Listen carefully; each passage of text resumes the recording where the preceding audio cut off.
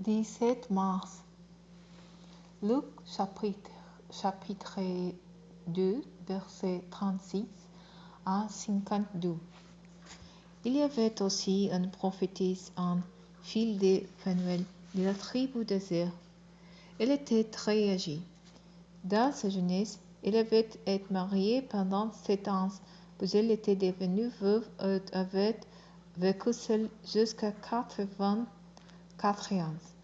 Elle ne quittait jamais le temple où elle servait Dieu, nuit et jour, par le jeûne et la prière. Elle arriva, elle aussi, au même moment. Elle louait Dieu et portait l'enfant à tous ceux qui attendaient que Dieu délivrait Jérusalem.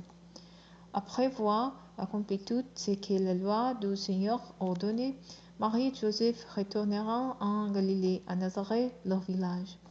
Le petit enfant grandissait et se développait. Il était plein de sagesse, et la grâce de Dieu reposait sur lui. Les parents de Jésus se rendaient chaque année à Jérusalem pour la fête de la Pâque. Quand Jésus eut 12 ans, ils y montèrent selon la coutume de la fête. Une fois la fête terminée, ils prirent le chemin du retour. Mais Jésus, leur fils, resta à Jérusalem et ses parents ne s'aperçurent pas.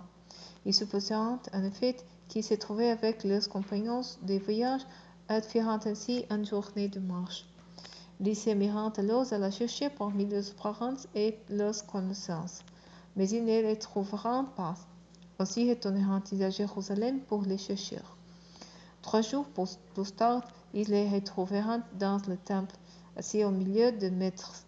Ils les écoutaient et leur posaient des questions. Tous ceux qui l'éteignaient s'émerveillèrent de son intelligence et de ses réponses. Ses parents furent très étonnés de voilà, et sa mère lui dit: Mon enfant, pourquoi nous as-tu fait cela? Tu sais, ton père et moi, nous étions très inquiets et nous t'avons cherché partout. Pourquoi m'avez-vous cherché? Leur répondit Jésus: Ne savez-vous pas que je dois m'occuper des affaires de mon père? Mais ils ne comprirent pas ce qu'il leur disait.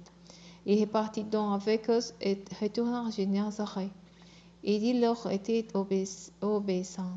Sa mère gardait précieusement dans son cœur le souvenir de tout ce qui s'était passé.